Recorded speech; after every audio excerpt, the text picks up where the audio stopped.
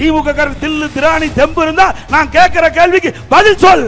இவர் ஏறினார், இவர் சென்றார், இவர் கையை காட்டவில்லை என்பதெல்லாம் உங்களுடைய சொல்லாக இருக்கக்கூடாது. கரூரில் நடந்த சம்பவத்தை எப்படி ஒரு செயலாளர் சொல்ல முடியும்? ஒரு நபர் கமிஷன் அமைக்கப்பட்டு விட்டது, துறை செயலாளரை வைத்து அரசியல் செய்ய வேண்டாம். உங்களுடைய வேலை அரசியல் செய்வதல்ல. மிகப்பெரிய சோகம், துயர சம்பவம். அதை போய் நியாயப்படுத்தி பேசுவது எந்த விதத்தில் சரி? ஒரு அதிகாரி பேசலாமா? ஒரு ஏடிஜிபி அந்தஸ்தில் இருக்கின்ற சட்ட ஒழுங்கு ஏடிஜிபி அவர் நியாயப்படுத்தி பேசுகிறார். நீங்க அரசியல்வாதியா? சட்டத்தை பாதுகாக்கக்கூடியதான் உங்களுடைய பொறுப்பு. நடந்த சம்பவத்தை மறைப்பதற்கு, நடந்த தவறை மறைப்பதற்கு இன்று அரசு எடுக்கின்ற நாடகம். ஸ்டாலின் அவர்களே, இவ்வளவு பிரச்சனை ஏற்பட்ட பிறகும் இன்னும் நீங்க திருந்த பாட்டு இல்லை, திருந்ததாக இல்லை. அத்தனை பேரும் பதறி போயிருக்கின்றார்கள். ஒட்டுமொத்த தமிழ் மக்களே பதறி போயிருக்கின்றார்கள். இதற்கு பதில் சொல்ல வேண்டியவர் முதலமைச்சர். உண்மைதானே? பத்திரிகையாளர், ஊடகங்கள் அனைவருக்கும் என்னுடைய முதற்கண் வணக்கம்.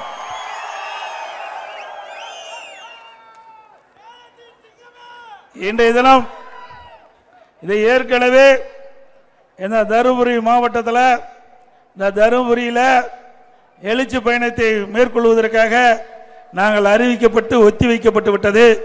என்ன காரணத்திற்கு ஒத்தி வைக்கப்பட்டது என்று அனைவருக்கும் தெரியும். இன்றைக்கு அண்மையிலே 27ஆம் தேதி கரூரிலே நடந்த சம்பவம் உங்கள் அனைவருக்குமே தெரியும். அனைவரும் தொலைக்காட்சியை பார்த்து கொண்டிருக்கின்றீர்கள், பத்திரிகையை பார்த்து கொண்டிருக்கின்றீர்கள். எவ்வளவு ஒரு கொடூரமான சம்பவம் என்பதை நாம் எண்ணி பார்க்க வேண்டும். இன்றைய ஆட்சியாளர்கள் உரிய முறையிலே பாதுகாப்பு வழங்கப்பட்டிருந்தால் 41 உயிர்கள் இன்றைக்கு காக்கப்பட்டிருக்கலாம். அதற்கு சரியான பாதுகாப்பு இல்லாத காரணத்தினாலே நம்முடைய தமிழ்நாட்டு மக்கள் என்று திரு ஸ்டாலின் அவர்கள் குறிப்பிடுகிறார், தமிழ் மக்கள் என்று குறிப்பிடுகிறார். அப்படி தமிழ் மக்கள் 41 பேர், பெண்கள், குழந்தைகள் உட்பட 41 பேர் இறந்ததற்கு காரணம் யாரு? யாருங்க? இது மக்கள் சொல்லுகின்ற குரல். திரு ஸ்டாலின் அவர்களே, மக்கள் கொடுக்கின்ற குரல். இன்றைக்கு ஆளுங்கட்சிக்கு ஒரு நீதி, எதிர்கட்சிக்கு ஒரு நீதி. சரியா? இன்றைக்கு ஒரு அரசாங்கம் தான் நாட்டு மக்களை காக்கக்கூடிய பொறுப்பு இருப்பது அரசாங்கம். இன்றைக்கு ஒரு பொதுக்கூட்டம், ஒரு பேரணி, ஒரு ஆர்ப்பாட்டம், இதற்கெல்லாம் பாதுகாப்பு கொடுப்பது அரசின் கடமை. இன்றைக்கு முதலமைச்சர் கையில் தான் காவல்துறை இருக்கின்றது. சரியான முறையிலே இந்த காவல்துறைக்கு முதலமைச்சர் உத்தரவிட்டிருந்தால், சரியான முறையிலே காவல்துறை செயல்பட்டிருந்தால், முறையாக பாதுகாப்பு கொடுக்கப்பட்டிருந்தால் 41 பேரை நாம் இழந்திருக்க வேண்டிய அவசியம் இல்லை. இன்னும் ஆழமாக பேச முடியும். ஆனால் இந்த அரசாங்கம் இன்றைக்கு ஒரு நபர் கமிஷன் அமைக்கப்பட்டு விட்டார்கள். அந்த ஒரு நபர் கமிஷன் விசாரணை தொடங்கப்பட்டு விட்டது. அதனால ஒரு மேலோட்டமாகத்தான் நாம் பேச வேண்டிய சூழ்நிலை இருக்கின்றோம். ஆக இவ்வளவு பிரச்சனை நடைபெற்று விட்டது. ஸ்டாலின் ஏற்கனவே சொன்னார், தமிழகத்தை தலைகுனிய விடமாட்டேன் என்று சொன்னார். இன்றைக்கு தமிழ்நாட்டிலே தலைகுனிந்து நிற்கின்ற காட்சி இப்பொழுது தொலைக்காட்சியிலே பார்க்கின்றோம். இன்னைக்கு நாடே அதிர்ந்து போய்விட்டது. தமிழ்நாடு மட்டுமல்ல, இந்திய நாடே அதிர்ந்து போய்விட்டது. இதுவரை எத்தனையோ அரசியல் கட்சிகள் தமிழகத்திலும் சரி, இந்தியாவிலும் சரி, இன்றைக்கு பொதுக்கூட்டம் நடைபெற்றுகின்றன.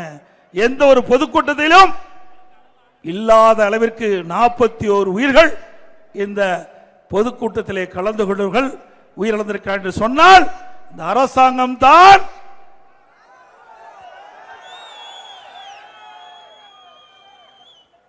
பொறுப்பேற்க வேண்டும் என்று சொன்னால் அரசாங்கம் உங்க கையிலே இருக்கின்றது, ஆட்சி உங்க கையிலே இருக்கின்றது. ஆட்சியாளரை தான் பார்த்து கேட்க முடியும். அப்படித்தானே கேட்க முடியும். யாருமே பழி சுமத்தி தப்பித்து விட கூடாது. ஆக ஒரு அரசாங்கம் எப்படி இருக்க வேண்டும் என்பதை நீங்கள் உணர வேண்டும். இனியாவது இன்றைக்கு நடக்கின்ற பொதுக்கூட்டத்திற்கு முழுமையான பாதுகாப்பை தருவீர்கள் என்று நாங்கள் எதிர்பார்க்கின்றோம். நான் 163 கூட்டம், 163 சட்டமன்ற தொகுதியில் எழுச்சி பயணத்தின் போது பொதுக்கூட்டத்தில் மக்களை சந்தித்தேன். ஒரு 5-6 மாவட்டத்தில் தான் காவல்துறை பாதுகாப்பு கொடுத்தாங்க. மற்ற மாவட்டத்தில் எல்லாம் நம்ம கழக நிர்வாகிகள், தொண்டர்கள், கூட்டணி கட்சி சேர்ந்த தலைவர், நிர்வாகிகள் பாதுகாப்போடு தான் கூட்டம் நடத்த முடியும். ஆளுங்கட்சி கூட்டம் நடத்தினா, முதலமைச்சர் கூட்டம் நடத்தினா, ஆளே இல்லாத பகுதியில் கூட அப்படியே சாரி சாரியாக காவலர்களை நிறுத்தி பாதுகாப்பு கொடுக்கிறீங்க. நான் வேண்டான்னு சொல்லல. ஆள் இல்லாத இடத்துல பாதுகாப்பு கொடுக்கின்ற முதலமைச்சர் இன்றைக்கு ஆயிரக்கணக்கான பேர் கூடுகின்ற இடத்தில் ஏன் பாதுகாப்பு கொடுக்கவில்லை என்று மக்கள் கேட்கின்ற கேள்விக்கு முதலமைச்சர் பதில் சொல்லியே ஆக வேண்டும். இதற்கெல்லாம் 2026 சட்டமன்ற பொது தேர்தல் வர இருக்கின்றது. மக்கள் எதிர்பார்த்துக் கொண்டிருக்கின்றார்கள். உங்களுடைய ஆட்சியுடைய லட்சணத்தை மக்கள் எதிர்பார்த்துக் கொண்டிருக்கின்றார்கள். ஆகவே 2026 உங்களுக்கு தகுந்த பதிலடியை இந்த மக்கள் வழங்குவார். அது மட்டுமல்ல, விடியா திமுக அரசு, திரு ஸ்டாலின் மாடல் அரசு உயர் அதிகாரிகள், அதாவது செயலாளர் அந்தஸ்தில் உள்ள அதிகாரிகளை அவர்கள் செய்தியாளர்களை சந்தித்து இந்த ஆட்சியுடைய திட்டங்களை சொல்ல வேண்டும் என்று பணித்து இந்த 10 நாட்களாக செய்தியாளர்களை சந்தித்து அந்த துறை செயலாளர்கள், ஆட்சியாளர்கள் இட்ட கட்டளைக்கு இணங்க இந்த ஆட்சியில் என்னென்ன திட்டங்கள் செயல்படுத்துகின்ற விவரத்தை சொல்லிக் கொடுக்கின்ற செய்தி தொலைக்காட்சியிலே வந்தது. அது சொல்லலாம். ஆனா கரூர் நடந்த சம்பவத்தை எப்படி ஒரு செயலாளர் சொல்ல முடியும்? இது அவமதிப்பு. ஒரு நபர் கமிஷன் அமைக்கப்பட்டு விட்டது. துறை செயலாளரை வைத்து அரசியல் செய்ய வேண்டாம். இன்றைக்கு துறை செயலாளர்கள் என்ன வேண்டும்? உங்களுடைய வேலை அரசியல் செய்வதல்ல, அரசியல் செய்வதில்லை. உங்களுடைய டிபார்ட்மெண்ட் இருக்கின்ற பணி செய்ய வேண்டும். அதை விட்டுவிட்டு இவர் ஏறினார், இவர் சென்றார், இவர் கையை காட்டவில்லை என்பதெல்லாம் உங்களுடைய சொல்லாக இருக்கக்கூடாது. இதையெல்லாம் அண்ணா திமுக ஆட்சிக்கு வந்தவர்கள் தோண்டி எடுத்து இந்த தவறான செயலை ஈடுபடுகின்ற அதிகாரிகளை விடமாட்டேன். என்ன நினைச்சுக்கிட்டு இருக்கிறீங்க? இன்றைக்கு ஒவ்வொருவருடைய வரி பணத்தில் தான் உங்களுக்கு சம்பளம் கொடுக்குது. அரசாங்கம் என்றால் அரசாங்கத்திலிருந்து மரம் காட்சி கொடுக்கிறது இல்ல. இங்க இருக்கின்ற பொதுமக்களுடைய வரி பணத்தில் தான் உங்களுக்கு சம்பளத்தை வாங்கிட்டு இருக்கிறீங்க. நடுநிலையோடு நடந்து கொள்ள வேண்டும். இன்றைக்கு நிலை என்ன? மக்கள் துடித்துக் கொண்டிருக்கின்றார். மிகப்பெரிய சோகம், துயர சம்பவம். அதை போய் நியாயப்படுத்தி பேசுவது எந்த விதத்தில் சரி? ஒரு அதிகாரி பேசலாமா? அரசியல்வாதி பேசலாம், ஏன்னா தப்பித்துக் கொள்வதற்காக. ஆனால் ஒரு அரசு அதிகாரிகள் நடுநிலையோடு இருந்து தங்களுடைய பணியை செயல்படுத்த வேண்டும். இதுதான் நாட்டு மக்கள் எதிர்பார்த்துக் கொண்டிருக்கின்றார்கள். ஆனா இந்த ஆட்சியில பார்க்க முடியாது.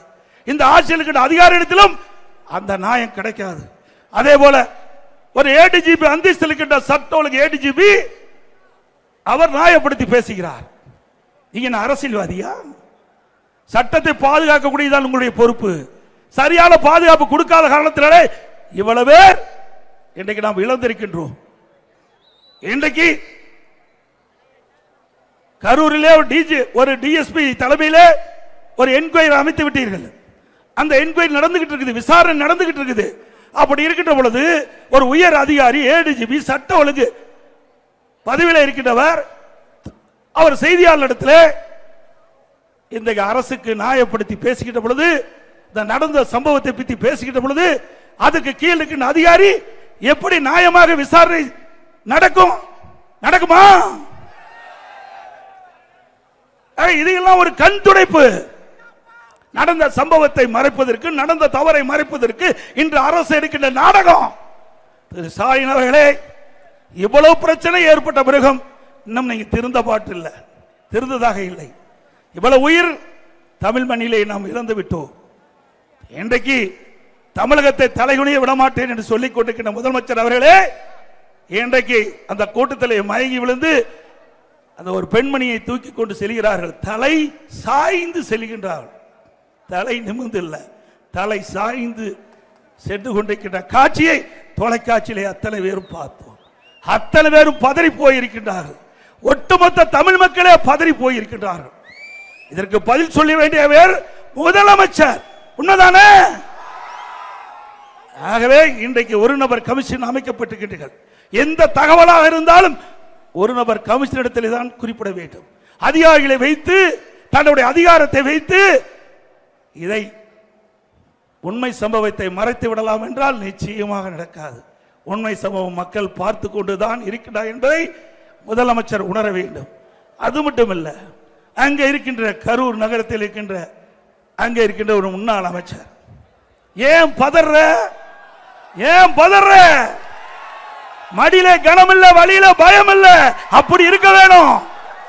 ஆனா உன் பயம் தெரியுது, முகத்துல பயம் தெரியுது, உன் சொல்லுல பயம் தெரியுது.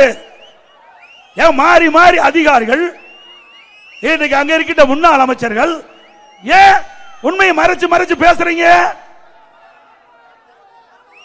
ஆக இதற்கெல்லாம் 2026 சட்டமன்ற தேர்தலில் பொதுமக்கள் தகுந்த பதிலடி கொடுப்பார் என்பதை மட்டும் எண்ணி பார்க்க வேண்டும். அங்க இருக்கின்ற முன்னாள் அமைச்சர், அங்க இருக்கின்ற கரூர் சட்டமன்ற உறுப்பினர் நினைத்துக் கொண்டிருக்கின்றார், பணத்தை கொடுத்து மக்களை விலைக்கு வாங்கி விடலாம் என்று.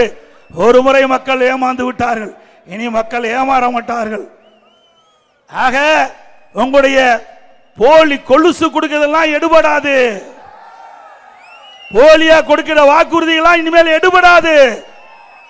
அரவக்குறிச்சி சட்டமன்ற தேர்தல் இடைத்தேர்தல் வருகின்ற பொழுது அங்க இருக்கின்ற தாழ்த்தப்பட்ட மக்களுக்கு வீடு கட்டுவதற்கு 3 சென்ட் நிலம் தானாக அப்பொழுது நிறுத்தப்பட்ட அந்த வேட்பாளர் தன்னுடைய சொந்த பணத்தில் வாங்கி கொடுப்பதாகவும் சொந்தமாக வீடு கட்டி தருவதாகவும் 25,000 பேருக்கு வாக்குறுதி கொடுத்து அந்த வாக்குறுதி நிறைவேற்றப்பட வேண்டும். இன்றைய முதலமைச்சர் அன்றைய எதிர்க்கட்சி தலைவராக இருக்கும் போது அங்கே பொதுக்கூட்டத்திலே பேசினார்.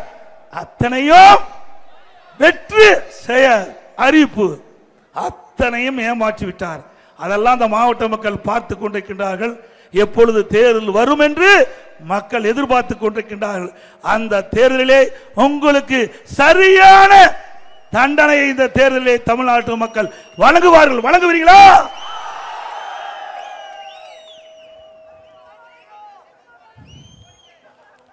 அதே போல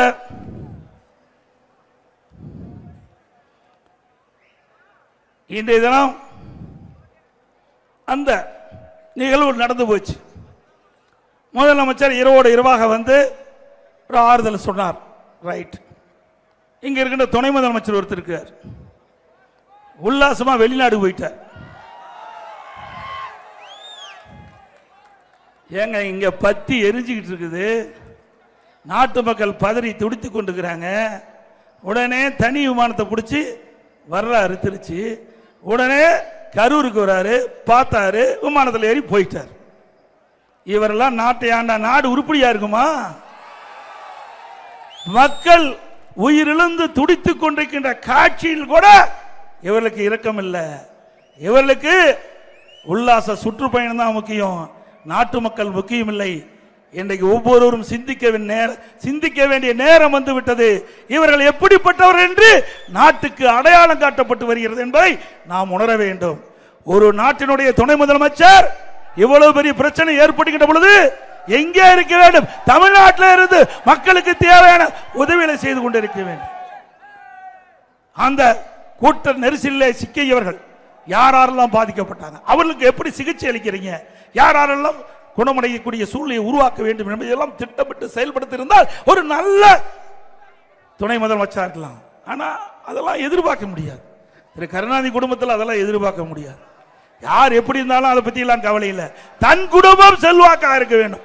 தன் குடும்பம் அனைத்து மக்களுடைய சுரண்டி உல்லாச வாழ்க்கை வாழ வேண்டும் என்பதுதான் ஆட்சியாளருடைய குறிக்கோளாக இருக்கிறது என்பதை நாம் எண்ணி பார்க்க வேண்டும்.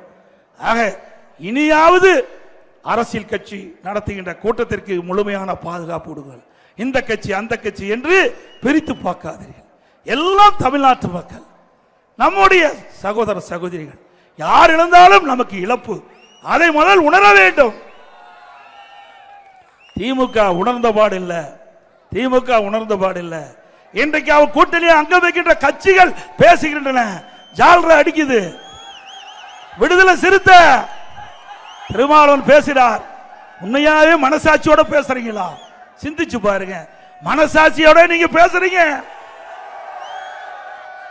41 உயிர் இழந்து இருக்கின்ற இந்த நேரத்தில் ஏதோ குற்றச்சாட்டை சொல்லி ஆட்சியாளருக்கு தூபம் போடுவதை விட்டுவிடுங்கள். இதே திருமாவளவன் திருச்சியிலே நீங்க மாநில மாநாடு நடத்துறீங்க. நீங்க எப்படி எல்லாம் உங்களை அலக்களிச்சார்கள் என்பது நீங்களே வெளிப்படுத்துறீங்க. இதே இடது கம்யூனிஸ்ட் விழுப்புரத்தில் மாநில மாநாடு நடத்தினாங்க. முழுமையா எங்களுக்கு அனுமதி கொடுக்கல என்று பத்திரிகையிலே வலைதளத்தில் வந்த செய்தியை மறந்துவிடாதீங்க. உங்களுக்கும் இதே நிலை ஒரு காலத்தில் வந்தே தீரும் என்பதை நீங்கள் எண்ணி பார்க்க வேண்டும். இதே அனைத்து இந்திய அண்ணா திராவிட முன்னேற்ற கழக ஆட்சி அம்மா இருக்கின்ற பொழுதும் சரி, அம்மா மறைவுக்கு பிறகும் சரி, ஆயிரக்கணக்கான போராட்டம், ஒரு போராட்டம் இரண்டு போராட்டம் அல்ல, ஆயிரக்கணக்கான போராட்டம் தமிழகத்தில் நடைபெற்றது. அத்தனை போராட்டத்துக்கும் அனுமதி கொடுத்தோம், அத்தனைக்கு பாதுகாப்பு கொடுத்தோம். எந்த சம்பவம் இல்லாம எல்லா கட்சிகளும் போராட்டம் நடத்தினார்கள். அது ஜனநாயகமாக நாங்கள் பார்த்தோம். இந்த ஆட்சியில் ஜனநாயகத்தை பார்க்க முடியவில்லை. இன்றைக்கு நாங்கள் எழுச்சி பயண கூட்டத்திற்கு ஒரு இடத்தை கேட்டோம். பஸ் நிலைய கரூர் பஸ் நிலையத்திற்கு பக்கத்தில் ரவுண்டானா ஒன்று இருந்தது. அந்த ரவுண்டானாக்கு அருகிலே எங்களுக்கு அந்த இடத்தை ஒதுக்கி தர வேண்டும், எழுச்சி பயண பொதுக்கூட்டம் நடைபெற வேண்டும் என்று எங்களுடைய மாவட்ட செயலர் அருமைச்சர் விஜயபாஸ்கர் அவர்கள் கேட்டார். கொடுக்கல. இந்த இடத்தை தான் கொடுத்தாங்க, இந்த சம்பவம் நடந்த இடத்தை தான் கொடுத்தாங்க. இருந்தாலும் எங்களுக்கு வேற வழி இல்லாமல் அந்த இடத்துல நடத்தணும். ஆனா இதே திராவிட முன்னேற்ற கழகம் அதிமுக ஆட்சி நான் முதலமைச்சர் இருந்த பொழுது 2 முறை அந்த கரூர் பஸ் நிலையத்துக்கு அருகில் இருக்கிற ரவுண்டானால நாங்க இங்க பொதுக்கூட்டம் நடத்துறதுக்கு அனுமதி கொடுத்தோம். இதுதான் அதிமுக நடுநிலையோடு நடந்தது. அதிமுக இன்றைக்கு திராவிட மாடல் அரசாங்கம் திரு ஸ்டாலின் இருக்கின்ற திமுக அரசாங்கம் அமைந்த பிறகு 3 முறை அந்த கரூர் பஸ் நிலையத்துக்கு பக்கத்தில் இருக்கிற ரவுண்டானால 3 முறை திமுக பொதுக்கூட்டம் நடத்தினீர்கள். உங்களுக்கு எப்படி அனுமதி கொடுக்கிறாங்க? ஏன் மற்ற கட்சிக்கு மற்ற எதிர்கட்சிக்கு அனுமதி கொடுக்க மறுக்கிறாங்க? ஆக வேண்டுமென்றே திட்டமிட்டு எதிர்கட்சியை ஒடுக்கின்ற சூழ்நிலையை நீங்கள் கடைபிடித்தால் உங்களுடைய கட்சி எதிர்காலத்தில் காணாமல் போயிருப்பதை எண்ணி பார்க்க வேண்டும். ஆட்சி அதிகாரம் இருக்கிறதுனால இந்த ஆட்டம் போடுறீங்க. இதுக்கெல்லாம் மக்கள் ஒரு காலத்தில் முடிவு கேட்கின்ற நேரம் வந்துவிட்டது என்பதை ஸ்டாலின் உணர வேண்டும். அதே போல தமிழகத்தில் சட்ட ஒழுங்கு அடியோடு சீர்குலைந்து விட்டது. எங்கே பார்த்தாலும் போதைப் பொருள் விற்பனை விற்கதில்ல, உண்மைதானுங்க. ஆக தமிழகத்தில் போதைப் பொருள் விற்பனை விற்காத இடமே இல்லை. கிராமத்திலிருந்து நகர வரை போதைப் பொருள் விற்பனை அமோகமா நடந்துகிட்டு இருக்குது. திமுக ஆட்சி பொறுப்பேற்று ஒரே ஆண்டு அப்பொழுதே போதைப் பொருள் நடமாட்டம் அதிகரித்து விட்டது. அரசுக்கு எச்சரிக்கை கொடுத்தோம், சட்டமன்றத்தில் முதலமைச்சருடைய கவனத்திற்கு கொண்டு வந்தோம். தமிழகத்தில் போதைப் பொருள் நடமாட்டம் அதிகரித்து அதனால மாணவர்கள், இளைஞர்கள், பொதுமக்கள் இந்த கஞ்சா அதை பயன்படுத்தி அந்த போதைக்கு அடிமையாகி சீரழியக்கூடிய நிலை தமிழகத்தில் ஏற்பட்டு என்று முதலமைச்சருடைய கவனத்துக்கு கொண்டு வந்தோம்.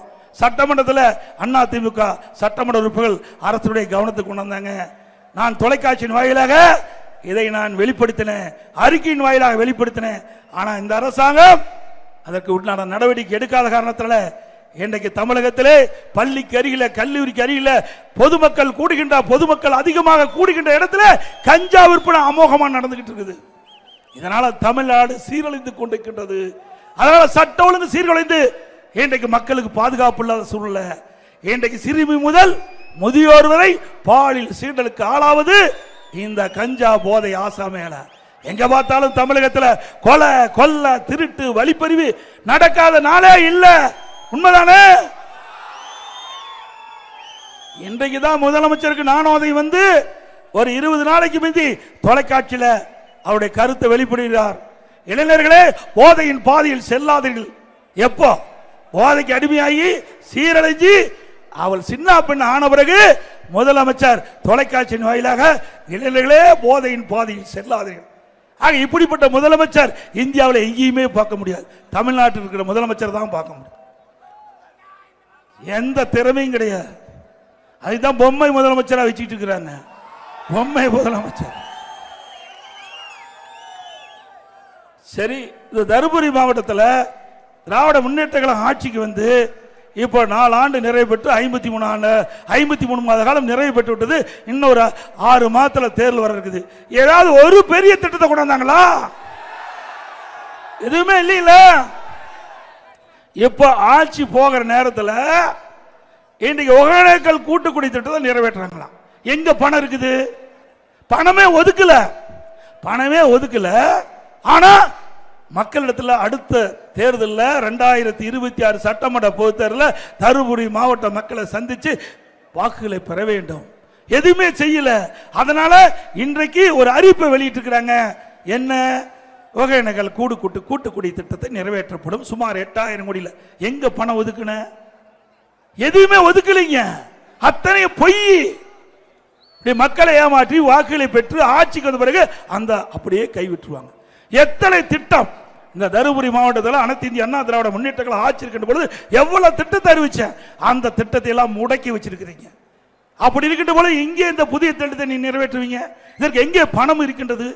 ஏற்கனவே தமிழக அரசு திவால் ஆகிவிட்டது. 4,38,000 கோடி கடன் வாங்கியாச்சு 4 வருஷத்துல. இன்னும் எஞ்சிது ஒரு 6 மாசம் இருக்குது. இப்போ 6 மாசத்துல 30,000 கோடி கடன் வாங்கப்பட்டதாக தகவல். எஞ்சி காலத்தில் மேலும் 60,000 கோடி கடன் வாங்கிடுவாங்க. ஆக மொத்தம் 5 ஆண்டு காலம் திராவிட முன்னேற்ற கழக ஆட்சி நிறைவேறுகின்ற பொழுது 5 லட்சம் கோடி 5,38,000 கோடி கடன். என்ன திட்டத்தை கொண்டாந்தீங்க? எதுவுமே கொண்டாடல. அப்புறம் எது கடன் வாங்குறீங்க? அதுவும் தெரியல. ஏன்னா திறமையான முதலமைச்சர் தானே தெரியும். பொம்மை முதலமைச்சர் ஆளுகின்ற பொழுது அவருக்கு ஒண்ணுமே தெரியாம இருந்துகிட்டு இருக்கிறார். அது மட்டும் இல்ல, இன்றைக்கு 2020-21 அண்ணா திமுக ஆட்சியில் வந்த வருவாயை விட 2024-25 இந்த திமுக அரசுக்கு வருகின்ற வருவாய் 1,30,000 கோடி அதிகமா வந்திருக்குது.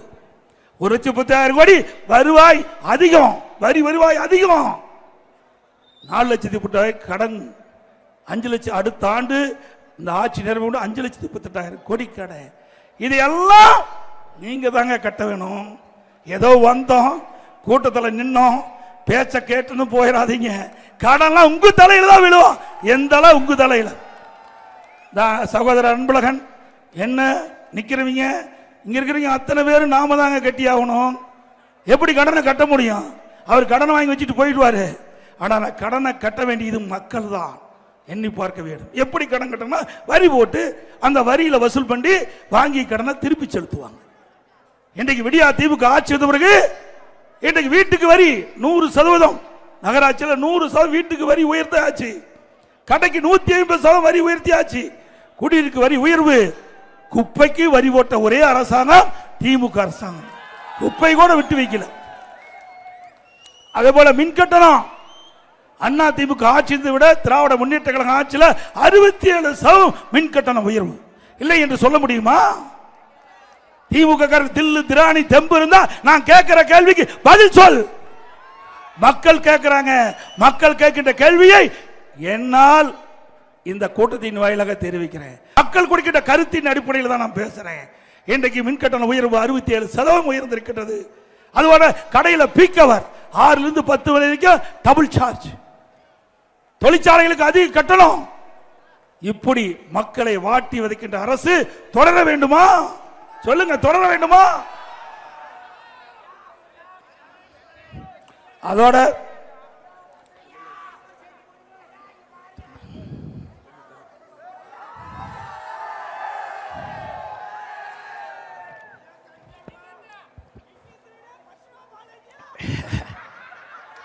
அருமையா சொல்லிட்டு இருக்கார். 10 ரூபாய்னா யாரு ஞாபகம் வருது? 10 ரூபாய்னா யாருக்கு ஞாபகம் வருது? நேத்து வீடியோவில் என்ன பத்தி பேச ஆரம்பிச்சிட்டார். ஒன்னும் செய்ய முடியல.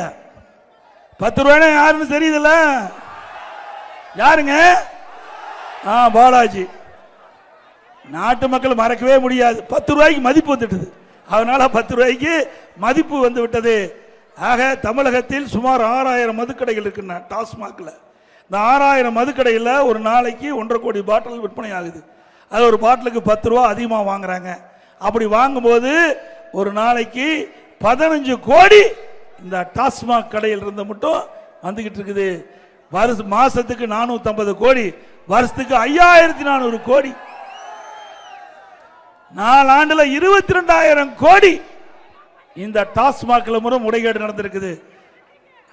இதையெல்லாம் அதிமுக ஆட்சிக்கு வந்தா பண்ணுவோம், கவலைப்படாதீங்க. இப்படி 22,000 கோடி பணத்தை வச்சுக்கிட்டு தான் இப்படி இந்த ஆட்டம் போட்டுட்டு இருக்கிறாங்க. அண்மையில் உங்களுக்கு தெரியும், திமுக ஆட்சி பொறுப்பேற்ற பிறகு 2 வருஷம் கழிச்சு திமுக அமைச்சரவையில் இடம்பெற்ற ஒரு அமைச்சர், நிதி அமைச்சர் யார் உங்களுக்கு, திரு பழனிவேல் தியாகராஜன் அவர். அதுல எல்லாமே ஆடியோல வலைதளத்தில் வந்தது. என்ன செய்தி? திரு சபரீசன் அவர்களும் திரு உதயநிதி அவர்களும் 30,000 கோடியை கையிலே வைத்துக் கொண்டு திணறிக் கொண்டிருக்க, என்ன செய்வது என்று திணறிக் கொண்டிருப்பதாக வலைதளத்தில் வந்து செய்தி. உண்மைதானே? எல்லாம் வலைதளத்தில் வந்ததுல இதுவரைக்கும் முதலமைச்சர் பதிலே சொல்லல. ஆக 2 வருஷத்திலேயே 30,000 கோடி இவர் கொள்ளையடித்திருக்கான்னு சொன்னா இப்ப 53 மாசத்துல எவ்வளவு கொள்ளையடிச்சிருப்பாங்க. ஆக கொள்ளையடித்த பணத்தை வைத்துக் கொண்டுதான் அடுத்த ஆண்டு நடைபெற்ற சட்டமன்ற பொதுத் தேர்தலில் மக்களுக்கு கவர்ச்சிகரமாக பேசி கொடுப்பதை கொடுத்து வாக்குகளை பெறுவதற்கு திட்டமிட்டிருக்கின்றார்கள் திராவிட முன்னேற்ற கழகம். ஆக நீங்க மக்கள் எச்சரிக்கையாக இருக்க வேண்டும். ஆக ஒரு முறை நாம் ஏமாந்து விட்டோம், ஒரு முறை ஏமாந்தால் நாட்டு மக்கள் படுகின்ற துன்பம் ஏராளம் என்பதை எண்ணி பார்க்க வேண்டும். இன்னைக்கு விலைவாசி வெண்ணை முட்டுகின்ற அளவுக்கு உயர்ந்து போச்சு. விலைவாசி உயர்ந்தாச்சு இல்ல, அரிசி விலை உயர்வு, அதே போல எண்ணெய் விலை உயர்வு, பருப்பு விலை உயர்வு, இன்னைக்கு எல்லாமே 40% விலை உயர்ந்து விட்டது. ஏழை மக்கள் கடுமையா பாதிக்கப்பட்டுட்டாங்க. அதை பத்தி எல்லாம் இந்த அரசாங்கத்துக்கு கவலை இல்லை. விலைவாசி உயர்வை கட்டுப்படுத்துவதற்கு இந்த அரசாங்கம் இதுவரை எந்த நடவடிக்கை எடுக்கல. அதே அனைத்து இந்திய அண்ணா திராவிட முன்னேற்ற கழகம் ஆட்சி இருக்கின்ற பொழுது இப்படி உணவுப் பொருட்கள் விலை ஏறுகின்ற பொழுது அதற்கென்று உணவு கட்டுப்பாட்டு நிதி என்ற ஒரு நிதியை 100 கோடி ஒதுக்கி எந்த உணவுப் பொருள் விலை ஏறுகிறதோ அந்த உணவுப் பொருள் எந்த மாநிலத்தில் விலை குறைவாக இருக்கிறதோ அங்கே கொள்முதல் செஞ்சு தமிழ்நாட்டுக்கு கொண்டு வந்து கூட்டுறவுத்துறை மூலமாக விற்பனை செஞ்சு அந்த விலை ஏற்றத்தை தடுக்கக்கூடிய அரசாங்கம் அண்ணா திமுக அரசாங்கமா செயல்பட்டது. ஏழைகளை காக்கப்பட்ட அரசாங்கம் அண்ணா திமுக. பொன்மனச்செம்மல் புரட்சி தலைவர் எம்ஜிஆர், இதயம் புரட்சி தலைவர் அம்மா, இருவரும் தலைவர் மக்களுக்காக வாழ்ந்து மறைந்த தலைவர். அவர்களுக்கு வாரிசு கிடையாது. இங்க இருக்கின்ற மக்கள் தான் வாரிசாக பார்த்தார். ஆகவே அந்த மக்களுக்கு என்னென்ன திட்டங்களை கொண்டு வர வேண்டும், அந்த திட்டத்தினால் மக்களுக்கு என்ன நன்மை கிடைக்கும் அதை பார்த்து பார்த்து செயல்படுத்திய தலைவர்கள் வழியிலே செயல்பட்ட அரசாங்கம் அம்மாவுடைய அரசாங்கம் அண்ணா திமுக கட்சி செயல்பட்டு கொண்டிருக்கிறது என்பதை நேரத்தில் தெரிவிக்க விரும்புகிறேன். அதோட இன்றைக்கு ஏழை மக்கள், வீடே இல்லாக்கின்ற மக்கள், வீடே கிடையாது, இல்ல குடிசையில் இருக்காங்க, அவர்களுக்கு அற்புதமான காங்கிரீட் வீடு பல லட்சம் மதிப்பில் கட்டி கொடுக்கப்படும். தாழ்த்தப்பட்ட மக்கள், அந்த தாழ்த்தப்பட்ட மக்கள் அவளுக்கு குடிசையில் இருந்தா காங்கிரீட் வீடு அற்புதமாக இல்ல, வீட்டு மனையே இல்ல. அரசாங்கமே இந்த ஏழை தொழிலாளிகளுக்கும் தாழ்த்தப்பட்ட மக்களுக்கும் நிலம் இல்லாதவருக்கு நிலம் வாங்கி அற்புதமான காங்கிரீட் வீடு கட்டி கொடுக்கப்படும். இது அண்ணா திமுக பிரதான அறிக்கை. இப்ப இருக்கிற வீடு மாதிரி பல லட்சம் மதிப்புள்ள வீடுகள் கட்டி கொடுக்கப்படும். ஒவ்வொரு தீபாவளி வருகின்ற பொழுதும் நம்முடைய தாய்மார்களுக்கும் சகோதரிகளுக்கும் சேலை கொடுக்கப்படும், சேலை கொடுக்கப்படும். அதோட தாலிக்கு தங்கம் திருமண உதவி திட்டம் திமுக ஆட்சியில் நிறுத்தப்பட்டு விட்டது. மாண்பு அம்மா அவர்கள் ஏழை குடும்பத்தில் பிறந்த பெண் திருமண வயது அடைகின்ற பொழுது பொருளாதார சூழலின் காரணமாக திருமணம் தடைபடுகிறது. அந்த திருமணம் அந்த உரிய காலத்தில் நடைபெற வேண்டும் என்ற ஒரே நோக்கத்திற்காக அம்மா சிந்தனையில் ஒதுக்கப்பட்ட திருமண உதவி திட்டம், தாலிக்கு தங்கம் திட்டம் கொண்டு வந்து நிறைவேற்றணும். இன்றைக்கு 20,000 50,000 திருமண உதவி திட்டம், தாலிக்கு தங்கம் இன்னைக்கு 85,000 ரூபாய் ஒரு பவுன். அந்த திட்டத்தையும் நிறுத்தி விட்டார்கள். அண்ணா திமுக ஆட்சியில் மட்டும் 12 லட்சம் பேர்களுக்கு இந்த திருமண உதவி திட்டத்தின் கீழ் திருமண உதவி திட்டம் 20,000 50,000 தாலிக்கு தங்கம் ஒரு சவரன் கொடுத்த ஒரே அரசாங்கம் அண்ணா திமுக அரசாங்கம். அதே போல நம்முடைய சகோதரிகள் உரிய நேரத்தில் வேலைக்கு போகணும், பணி முடிஞ்ச பிறகு வீடு திரும்பணும். அதற்காக அம்மா இருசக்கர வாகனம் வாங்கி கொடுக்க அம்மா அறிவிச்சாங்க. அம்மா மறைஞ்சிட்டாங்க.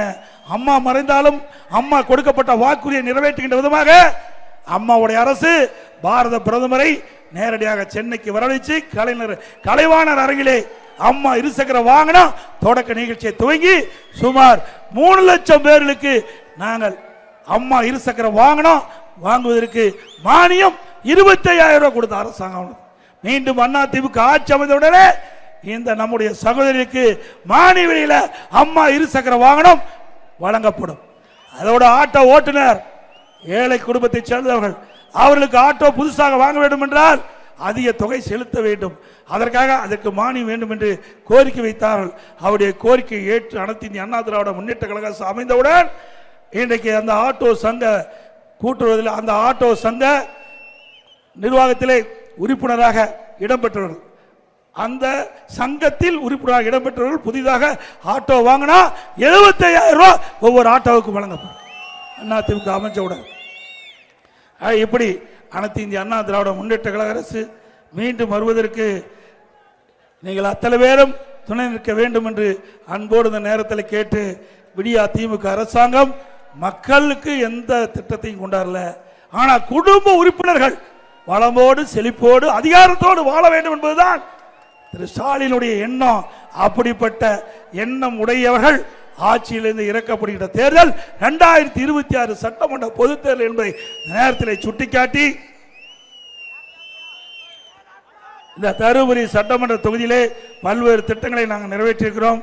தருமபுரி நகரின் மைய பகுதியில் அமைந்துள்ள அவையார் அரசு மகளிர் மேல்நிலைப் பள்ளிக்கு வனத்துறை மற்றும் மருத்துவமனை ஆகிய அரசு துறையிடம் 6 ஏக்கர் நிலம் பெற்று புதிய கட்டடங்கள் கட்டி கொடுக்கப்பட்டது. அதிமுக ஆட்சியிலே நல்லம்பள்ளி ஒன்றியம் பாலவாடி கிராமத்தில் 400 கிலோவாட் துணை மின் நிலையம் அமைக்க 900 கோடி வழங்கப்பட்டது. தருமபுரியிலிருந்து நல்லம்பள்ளி புதிய தாலுக்காக உருவாக்கி பயன்பாட்டுக்கு கொண்டு வரப்பட்டது. தருமபுரியில் சிப்காட் அறிவித்த அதிமுக ஆட்சியில் சுமார் 1789 ஏக்கர் பணியை துவங்க வேண்டும் என்ற காரணத்தினால் பேஸ் 1 என்று அறிவிக்கப்பட்டு அதிமுக ஆட்சியில் அந்த திட்டத்தை கொண்டு வந்த என்ற காரணத்திற்காக இந்த பணி வேகமாக செய்யாமல் முடக்கி வைத்திருக்காங்க. தருமபுரி மாவட்டத்தில் மாவட்ட ஒருங்கிணைந்த நீதிமன்ற கட்டிடம் புதிதாக கட்டி ஊராட்சி கட்டப்பட்டது. தருமபுரி மண்டலம் கல்லூரி கல்வி இணைய இயக்குநரும் கொண்டு வரப்பட்டது. தருமபுரி தலைநகரமாக கொண்டு புதிய மாசு கட்டுப்பாட்டு அலுவலகம் கொண்டு வரப்பட்டது. தருமபுரி நகர பகுதியில் 7 எளியோர் வயிறார அம்மா உணவகம் திறக்கப்பட்டது. 998 கோடி மதிப்பீட்டில் பாலவாடி, லிங்கியம்பட்டி, சோகத்தூர், சோலைக்கோட்டை உள்ளிட்ட 4 துணை மின் நிலையங்கள் அமைக்கப்பட்டது. இப்படி பல திட்டங்களை கொண்டு வந்து நிறைவேற்றப்பட்ட அரசு அதிமுக அரசாங்கம் நேரத்தில் தெரிவித்து, அதே போல பல கோரிக்கைகள் கொடுத்திருக்கிறீங்க. சேசம்பட்டி முதல் பழைய தருமபுரி வரை வெளிவட்ட சாலை அமைக்க வேண்டும் கேட்டுக்கிறீங்க. தருமபுரி 4 ரோட்டில் இருந்து பெண்ணாகரம் சாலையானது போதிய இடவசதி இல்லாத காரணத்தினால் போக்குவரத்து நெரிசல் ஏற்படுகிறது. இந்த சாலை விரிவாக்கம் செய்ய வேண்டும் என்று கோரிக்கை விடுத்திருக்கிறீங்க. நல்லம்பள்ளி ஊராட்சி ஒன்றியத்தை 2ஆக பிரித்து இண்டூர் மையமாக கொண்டு புதிய ஊராட்சி ஒன்றியம் தொடங்க வேண்டும் கேட்டுக்கிறீங்க. பெண்ணாகரம் தொகுதி மற்றும் தருமபுரி தொகுதியில் உள்ள விவசாய கிணற்றில் நீர்மட்டம் உயர 7 நீர் நிரப்புகின்ற ஒகேனக்கல் உபரி நீரை கொண்டு வர வேண்டும் கேட்டுக்கிறீங்க. அதிமுக ஆட்சி அமைந்த பிறகு இந்த திட்டத்திற்கான நடவடிக்கை எடுக்க அதிமுக அரசு செயல்படும் என்பதை இந்த நேரத்தில் தெரிவித்து, 2026ஆம் ஆண்டு நடைபெற்ற சட்டமன்ற பொதுத் தேர்தலில் அனைத்து இந்திய அண்ணா திராவிட முன்னேற்ற கழக வேட்பாளருக்கு இரட்டை சின்னத்திலே வாக்களித்து வெற்றி பெற செய்யும். மக்களை காப்போம், தமிழகத்தை மீட்போம். மக்களை தமிழகத்தை மக்களை தமிழகத்தை மக்களை தமிழகத்தை பை பை ஸ்டாலின். நன்றி, வணக்கம்.